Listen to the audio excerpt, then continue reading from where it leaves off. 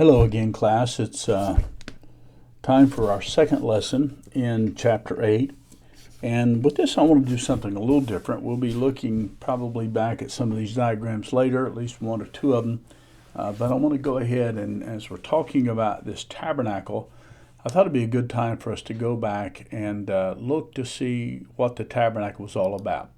Here's a picture of one artist's idea of what the tabernacle would have looked like. As you can see, there are wooden posts around the edge holding up a fence of sorts. On the left there's a place which would actually be a doorway to get into that area, and that's the outer court. See people standing around. You see animals and some furniture there. Then back towards the back to the right, you see a larger building and with a cloth draped over it and held down. And that building is actually the tabernacle.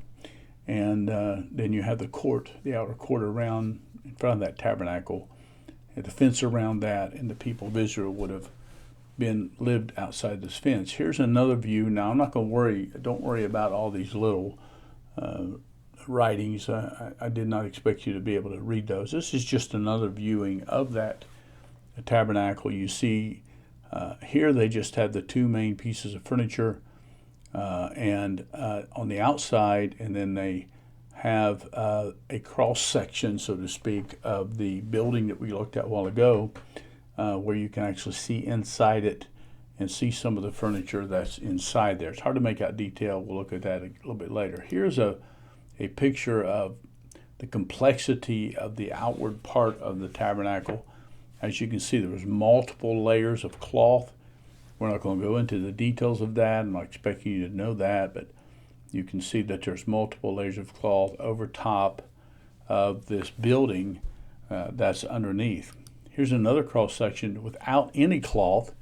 Now this has the wooden staves, the side slats, I guess you could call them, that made up the sides of the tabernacle.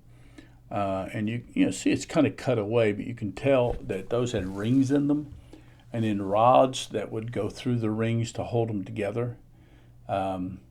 And you can see that it's relatively tall. There's a person inside, and you can see it's well over twice the height of that person, and that would be pretty accurate. You see there's two sections to it. There's a section on the right where that person is standing, and that was the holy place, and the section on the left where there's a piece of furniture with some angels on top of that furniture, some carvings, some designs made to look like angels, and those are on top of that. That's the Ark of the Covenant in there. And in between, you see those poles, but there would actually be a curtain inside those poles. If I go back to this picture here, you can see that curtain. Again, it's a cutaway, but you can see a little bit of that curtain in the purple area, and there's some curtain there in that purple area that's showing that cloth, and that's the veil. Okay, now this is in contrast to the temple. This is a picture of Solomon's temple, at least an artist's idea, and this was a much larger building. The tabernacle was only 10 cubits high, 15 feet high. This temple was 30 feet high, and so you can see it's a lot bigger and a lot bigger building. In fact, here's a comparison, and again, you don't have to know this chart, but here's a comparison between the two buildings, the tabernacle on the left And this is in cubits. We'll talk about that in a little bit, but the holy place is 20 by 20 cubits, and that's not correct. The holy place was 20 by 10 cubits. That 20 by 20 is not correct. It was 20 by 10 cubits. The Holy of Holies was 10 by 10 by 10. The whole structure was 40 by 10. That's not correct either. I apologize for bringing this material to you and it not being right, but that is not right. The holy place was 20 by 10. The Holy of Holies was 10 by 10. And the whole structure was 40 by 10, and actually 40 by 10 by 10, 10 cubits height. The height is only 10 cubits. I don't know why this whole thing is not really right at all, but at least on the right, I think these are right, and it gives you an idea. It's much bigger. The lampstands, there was only one in the tabernacle. There were 10 in the temple. The laver, there was only one. There were 10 of them, and a molten sea. And the table of showbread, there was only one in the tabernacle and 10 in the temple. The point of me showing you this slide was not to give the accuracy, and I should have checked this ahead of time, but just to show you that the temple was much, much bigger than the tabernacle. I want to go back to the tabernacle itself, and here is a more accurate representation looking from above, and how the furniture in the tabernacle would have been involved with this. You can see on the over to the very right hand side is the gate.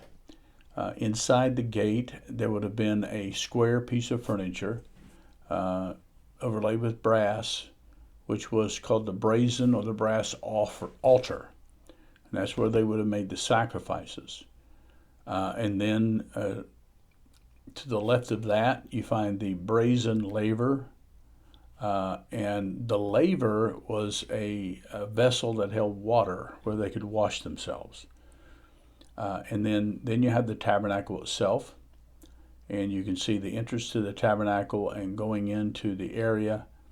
And as you can see underneath it, see where it says the holy place underneath, down underneath that area. That's what that was called. It was called the holy place. And you have on the one side the gold, what they call here the golden menorah, and we usually call it the lampstand, and then the table of showbread, which is a little table where they had bread on it. Then to the left of that, a little bit farther over on the left, is the golden altar of incense. It's where they burnt incense continually as offering prayers to God. Then there was that big curtain I talked about earlier that was in between. Then the only piece of furniture in what was called the Holy of Holies was the Ark of the Covenant. Let me give you that same, I've added here on this slide, at the very bottom you can see the Holy of Holies, 10 by 10 by 10. That's cubits. Now a cubit was approximately 1.5 feet. It's the distance between the tip of the finger and the elbow of the average man. That's approximately 1.5 feet. So a cubit, 10 cubits would be 15 feet. So the Holy of Holies was 15 feet by 15 feet by 15 feet, or 10 cubits by 10 cubits by 10 cubits. If I show you back at this slide where you see that man standing, the height was about 15 feet. That's 10 cubits, which is about 15 feet. And as you can tell, that'd be about right. That man, let's say he's 5.5 feet tall.